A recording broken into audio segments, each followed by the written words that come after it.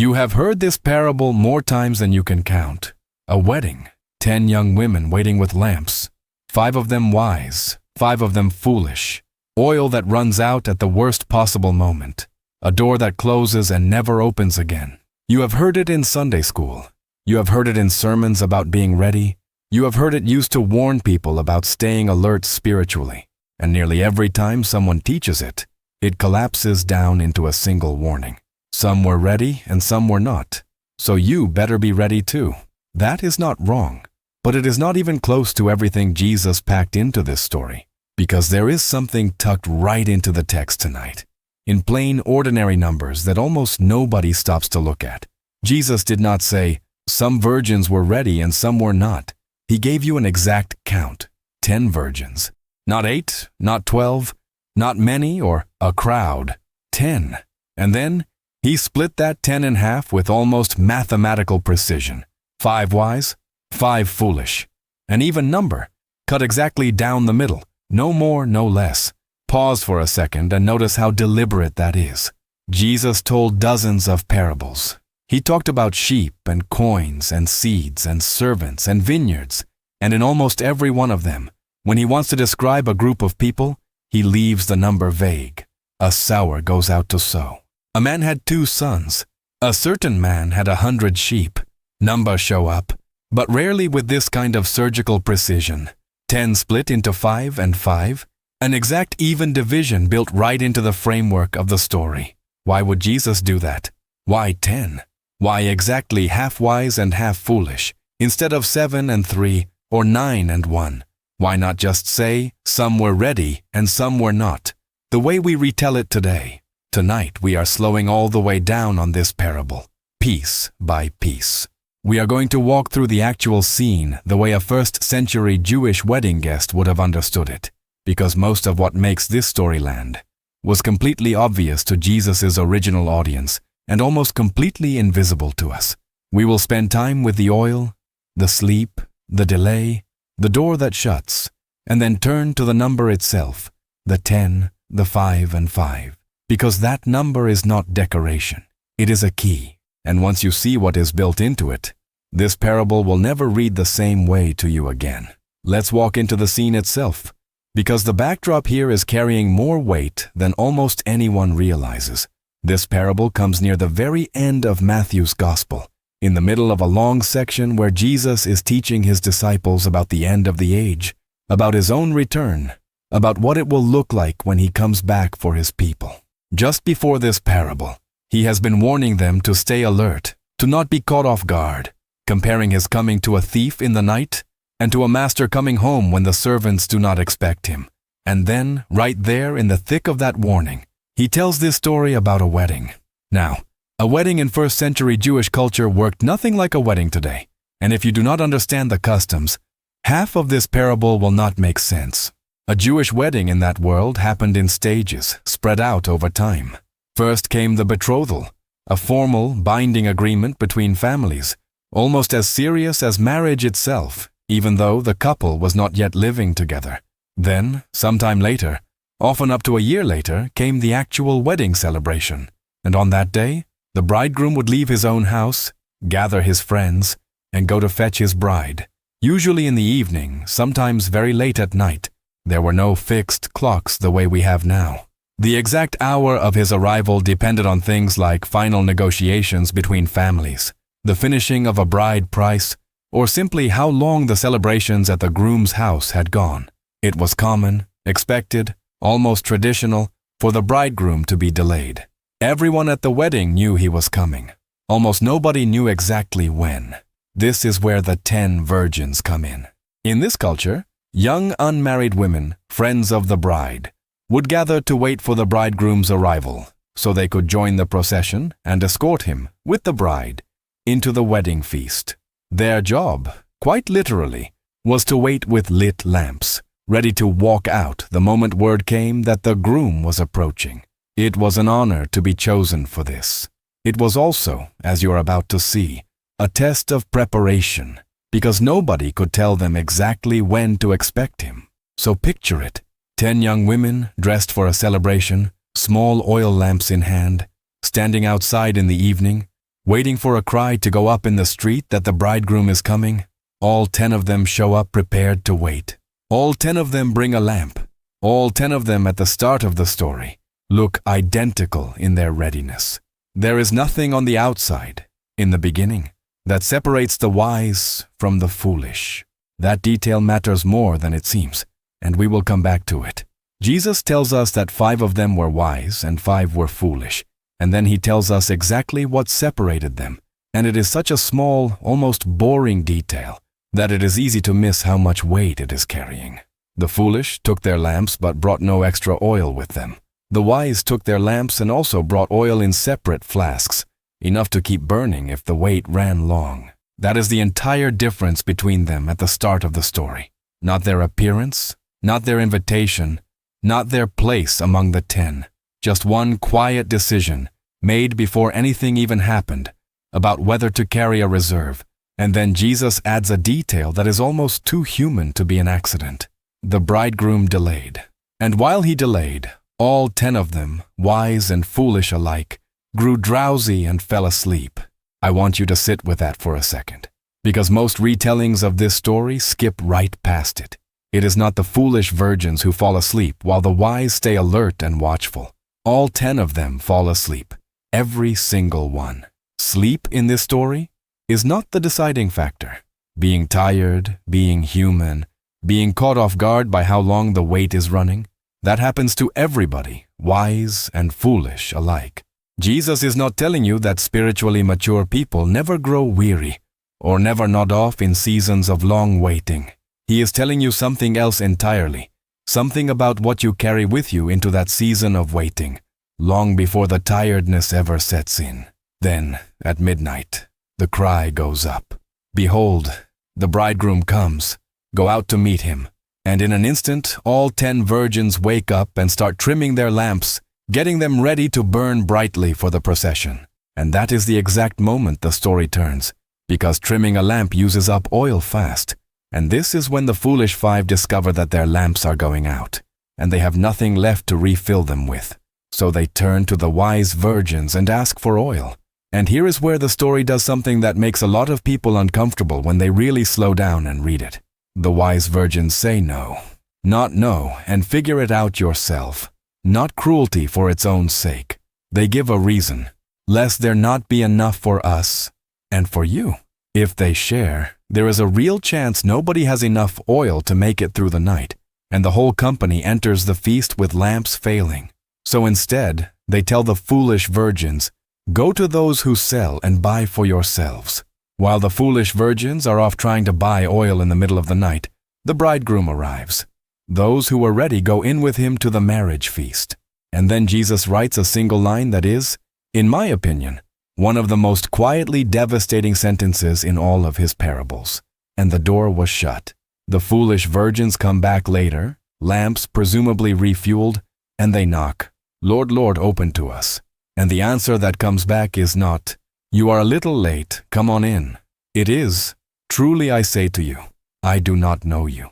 And Jesus ends the whole parable with a single command, aimed directly at the people listening. Watch therefore, for you know neither the day nor the hour. That is the story on the surface.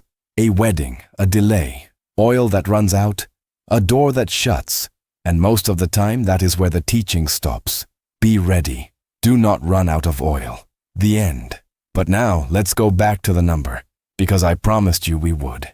And this is where the story opens up into something much bigger than a simple warning to stay alert. Why 10? In the world Jesus was speaking into, 10 was never just a random head count. It was one of the most loaded numbers in Jewish thought, a number that carried the weight of completeness, signaling a full and official gathering. In Jewish tradition, 10 adult men have long been seen as forming a minyan, the minimum number needed for a full, valid public gathering for prayer and reading of the Torah. 10 is the number that makes a gathering official rather than partial. It shows up again and again across the Hebrew scriptures as the number of a complete community, a full witness, an entire assembly standing together. 10 plagues fell on Egypt, a complete and total judgment, nothing partial about it. 10 commandments were given at Sinai, the complete moral law handed to the entire covenant community, not a partial code for a select few. So when Jesus reaches for a number to represent the people waiting for him, he does not pick 3, and he does not pick 100. He picks 10, the number that in the ears of his original audience meant, unmistakably, the whole gathered community. Not an isolated story about one wise person and one foolish person. 10 is Jesus telling you, before the parable even gets going, that this story is about the entire visible body of people who claim to be waiting for him. This is not a tale about outsiders and insiders. This is a story about everyone standing in the room, everyone holding a lamp, everyone who showed up to wait. It is worth noticing, too, that this is not the only place in Scripture where 10 functions this way, as a number of full representation rather than a literal head count. Whenever the biblical writers reach for 10, they tend to be reaching for a symbol of a whole category rather than a coincidental total. That pattern is part of why so many careful readers, across so many centuries, keep landing on the same conclusion here. Jesus was not simply picking a convenient number of characters for a story. He was picking the one number his audience would have instantly recognized as meaning everybody who showed up. That is the first layer hidden in the number, and it already reframes the whole parable. This is not a warning aimed at people who are obviously far from God. It is a warning aimed at people who are, by every outward appearance, already part of the gathering. All 10 virgins were invited. All 10 were dressed for the wedding. All 10 were standing in the same place, waiting for the same bridegroom, holding the same kind of lamp. If this story were only about clear outsiders, Jesus would not have needed the number 10 at all. He used it because the warning is for the whole visible community of faith, not a smaller circle carved out from it. And there is a second detail buried in that setting that most people never stop to think about. Being chosen to wait for the bridegroom with a lamp was not a passive role. These young women were not simply decorations for the celebration. Their lamps were the light source for the entire procession once night had fully fallen. Without lit lamps, the bridegroom and his party could not safely make their way through the dark streets to the wedding hall. In other words, the readiness of these 10 virgins was not a private, personal matter that only affected themselves. It was tied directly to the success of the whole procession, to whether the celebration itself could move forward the way it was supposed to. That is part of why a lamp running dry at the wrong moment was not a small embarrassment. It threatened to leave part of the welcoming party standing in the dark at the exact moment they were supposed to be walking the bridegroom home. Now let's talk about the split. Why 5 and 5? Why cut that complete number of 10 exactly in half? This is where it gets even more pointed, because a perfectly even split is doing something a story with, say, 7 wise and 3 foolish would not do. If Jesus had made it 7 and 3, you could read the parable and quietly assume you are probably in the larger, safer group. An even 50-50 split will not let you do that. It removes the comfortable assumption that most people waiting are fine, and only a small minority are in danger. Jesus is not describing a story where a small, obviously careless fringe gets left behind, while the overwhelming majority sails through untouched. He is describing a story where, from the outside, it could go either way for anyone standing in that crowd. Half, not a minority, half. Think about what that means for the people who first heard this. Jesus is speaking to a room full of his own disciples, people who had left everything to follow him, people who, by any outward measure, looked exactly like they belonged among the wise. And he tells them a story where the ready and the unready are not separated by which side of the room they are standing on. They look the same. They are dressed the same. They are holding the same lamps. The only difference is one small, invisible thing nobody else could see just by looking, until the test came at midnight. There is also an older thread running underneath the number 5 itself, one that many careful readers of Scripture over the centuries have pointed toward. Across the Hebrew Scriptures, the number 5 keeps showing up attached to ideas of God's provision and grace toward human weakness. Think of the 5 loaves that fed a multitude. Think of the way grace in this reading tradition is tied to a number that represents something given freely to cover what a person could never gather on their own.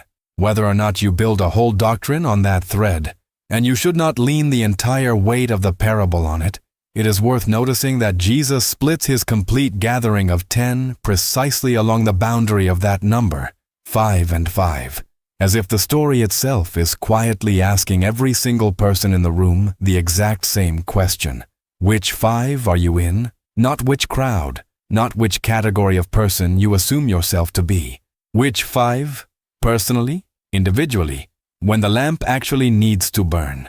Now let's talk about the oil, because this is where the real weight of the story lives, and it connects directly back to that number 5. The oil is the one thing that cannot be transferred from one person to another in the moment it is needed. That detail is not incidental, and it is one of the most misunderstood parts of the entire parable.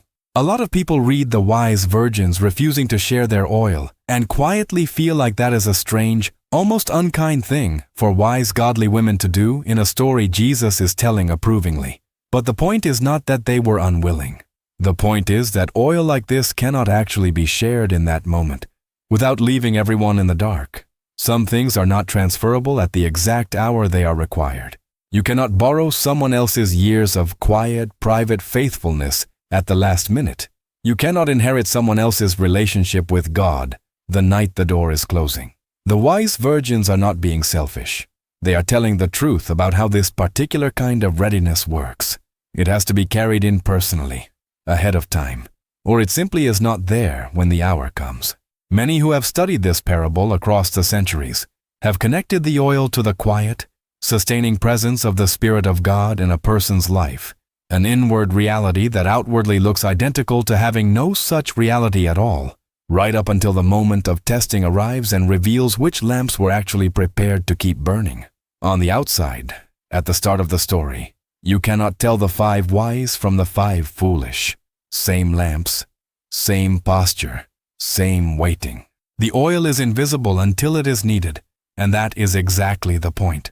A great deal of what makes someone truly ready is not visible in ordinary daylight. It only becomes visible in the hour of testing, when the lamp either keeps burning or does not. This is also why the timing in the story is so unforgiving.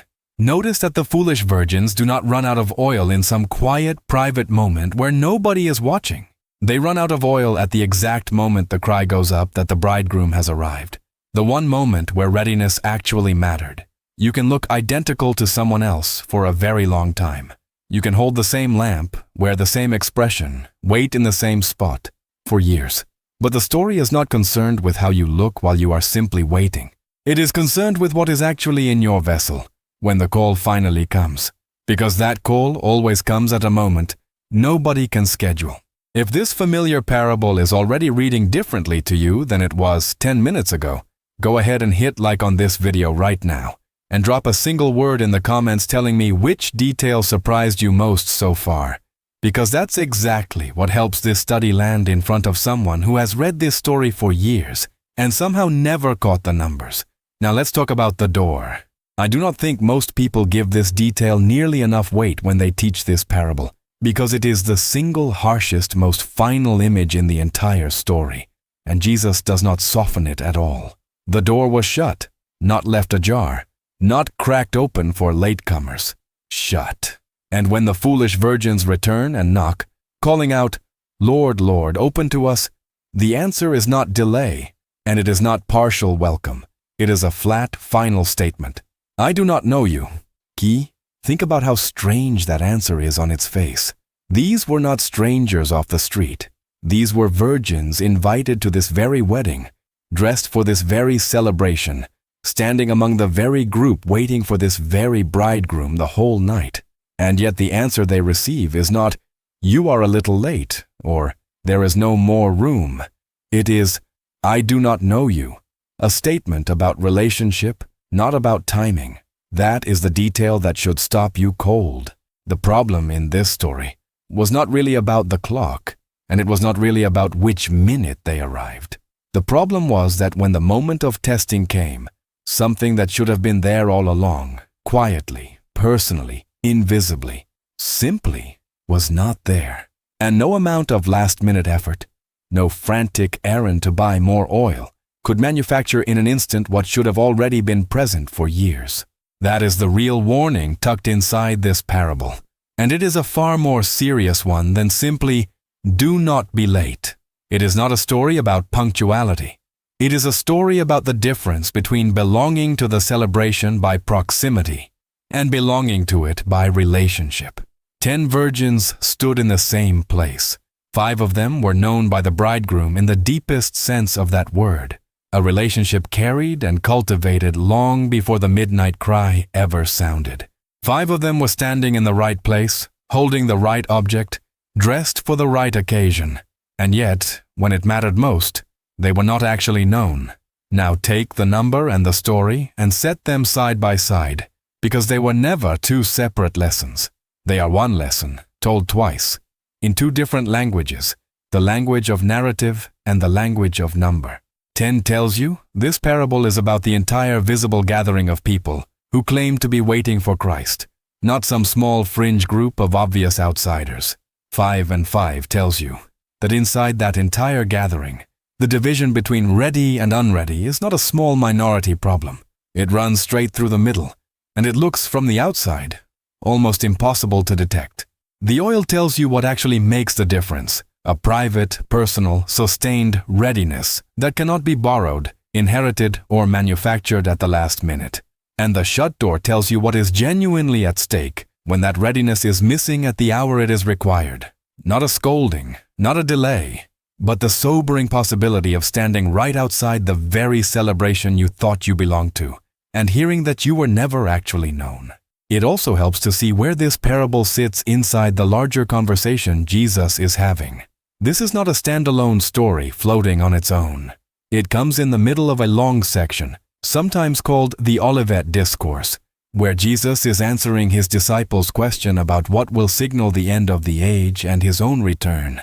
Right after the parable of the 10 virgins, he tells another parable about a master who gives his servants different amounts of money before going on a journey, and comes back later to see what they did with it. And right after that, he describes a final scene of separation, often called the sheep and the goats, where an entire gathering of people is divided based on what their lives actually produced. 3 parables, one right after another, and each one is wrestling with the same underlying question. What does it look like to actually be ready for someone whose return you cannot schedule? Seeing the 10 virgins sitting inside that sequence changes how you read it. This is not an isolated, slightly frightening story Jesus told once and moved on from.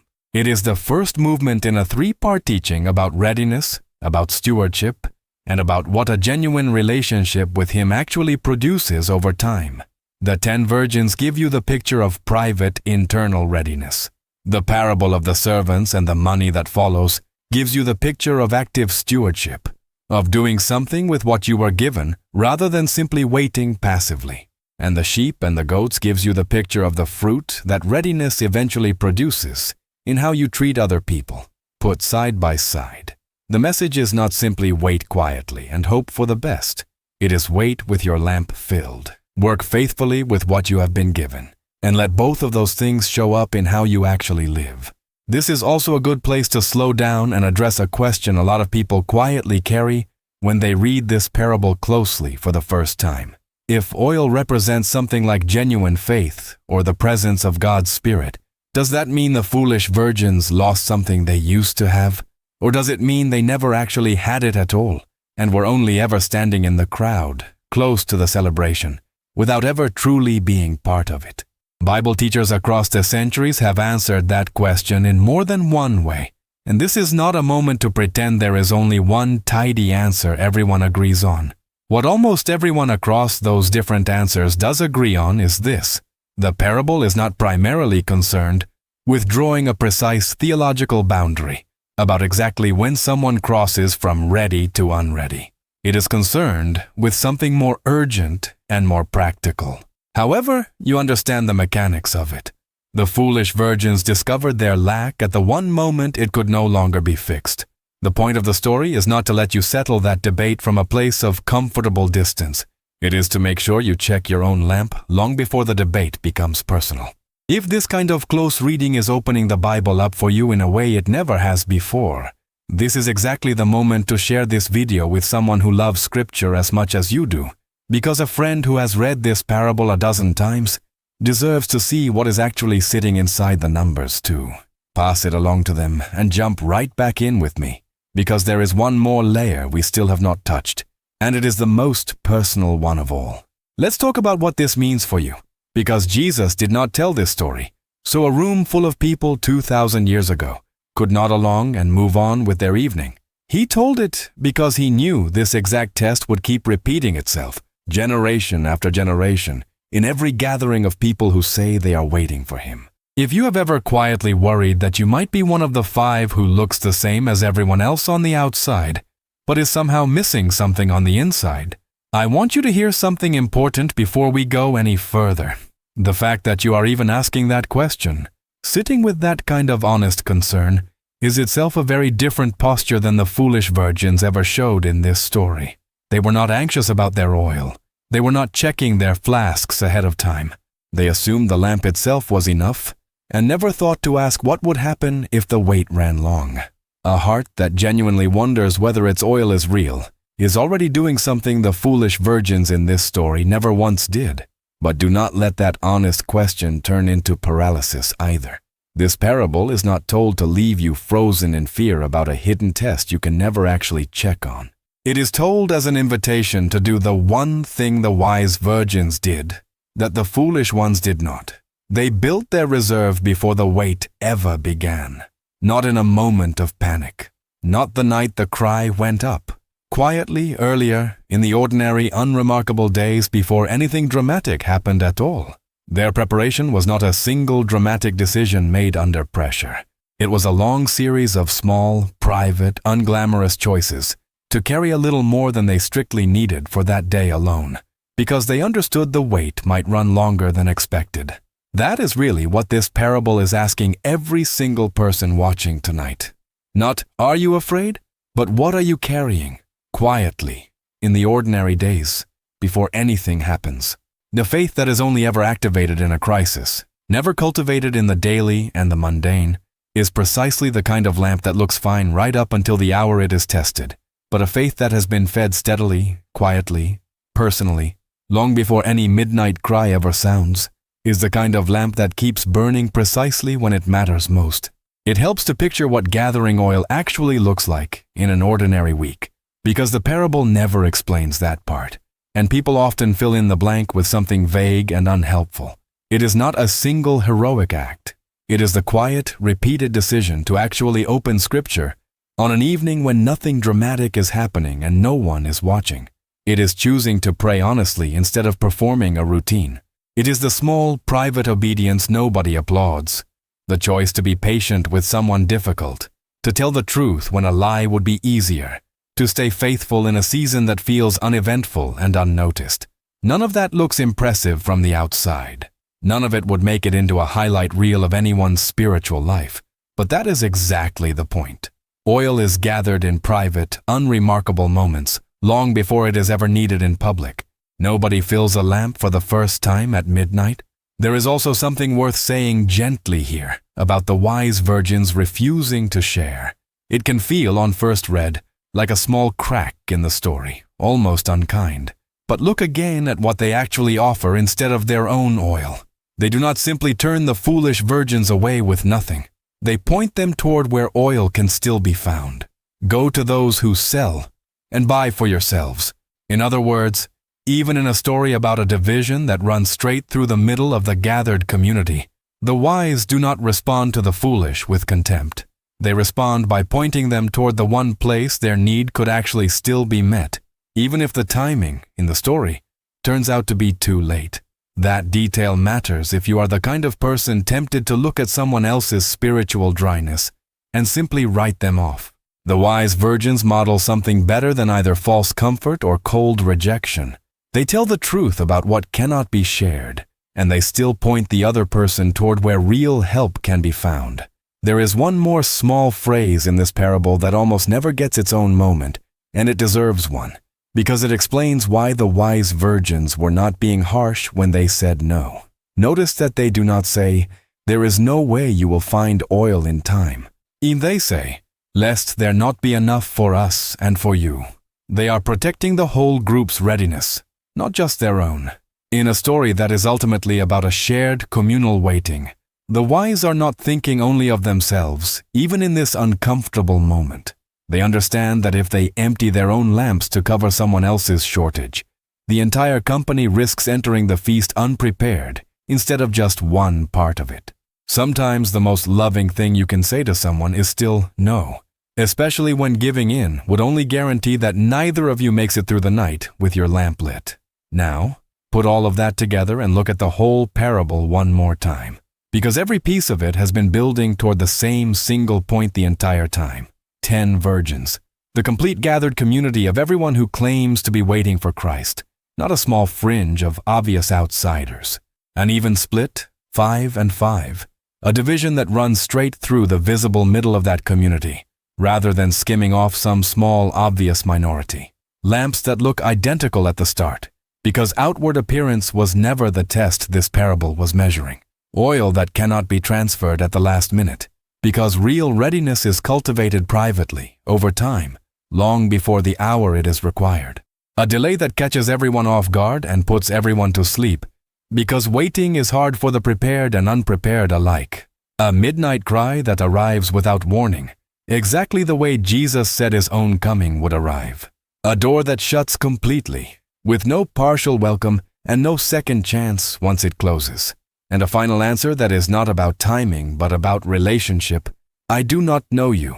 The most sobering 4 words in the entire story. And then, standing over the whole thing, one command, aimed directly at anyone who has ever heard this parable in any century since. Watch, stay ready. Keep your lamp fed, quietly, personally, in the ordinary days, long before you ever hear the cry go up in the night. Here is one image I want to leave planted in your mind, because it will stick with you longer than any explanation of Hebrew numerology ever could. Picture 10 small oil lamps set out in the dark, side by side in a single row. From where you are standing at first glance, every one of them looks the same. Same clay, same wick, same small flame flickering in the evening air. There is nothing about the row of them at first glance that tells you which 5 will still be burning at midnight, and which 5 will already be running dry. The only thing separating them, hidden completely from view, is what was quietly poured into each one long before this night ever began. That image is the whole parable in miniature. On the outside, in the ordinary light of an ordinary day, faith and its absence can look almost identical. Both show up, both carry a lamp, both wait in the same place for the same bridegroom. The only real difference is invisible until the test comes, and by then, it is far too late to go and gather what should have already been there. And notice, one more time, what actually triggers the crisis in this story? It is not a sudden disaster. It is not persecution or hardship or an enemy showing up. It is simply time. The bridegroom takes longer than anyone expected, and that ordinary, unremarkable delay is the exact thing that exposes who had prepared and who had not. Most of us are far more prepared to face a dramatic crisis than we are to face a long, uneventful wait. It is not the sudden storm that reveals the foolish virgins. It is the slow, quiet passing of hours, with nothing happening at all. That, more than anything else in this parable, is worth sitting with tonight, because a long, ordinary delay is precisely the kind of season most of us are living in right now. So let me hand you 3 things to walk away with tonight. First, this story is not aimed at people far from God. It is aimed at the whole gathered community of people who say they are waiting for Christ, which means it is aimed, quite personally, at you and at me. 10 virgins, not 10 strangers off in a distant crowd. The line this parable draws does not run between the church and the world. It runs straight through the middle of everyone standing in the room, and that includes anyone listening to these words right now. Second, readiness cannot be borrowed at the last minute, so do not wait for the midnight cry to start asking whether your lamp is fed. The wise virgins were not wise because they panicked well in a crisis. They were wise because of a long series of small, quiet, unremarkable choices made in the ordinary days before anything dramatic ever happened. If you want oil in your lamp on the night it matters, the time to gather it is now, in this completely unremarkable evening, not later, when the cry has already gone up, and the door is already closing. Third, the door in this story really does close, and that is not a detail to soften or explain away. But the fact that you are even sitting with this parable tonight, turning it over, asking honest questions about your own oil, is not a sign that you are one of the foolish 5. It is an invitation to become one of the wise, starting with the small, ordinary choice you make tonight, in the completely unremarkable hour long before any midnight cry ever sounds. 10 virgins, 5 and 5. A complete gathering, split straight through the middle, and a private readiness that could not be borrowed, bought at the last minute, or faked once the hour finally came. That is what was hidden inside a number most viewers skim right over for centuries. A story that was not, in the end, really a story about a wedding at all. It was about you, about me, about the quiet, ordinary choice to keep a little extra oil in reserve, long before we ever hear the cry go up in the night. If tonight left this familiar parable looking like something you have never actually seen before, even after hearing it 100 times, subscribe and stay with me, because there is always another number, another quiet detail, hiding in plain sight, waiting for us to slow down long enough to notice it.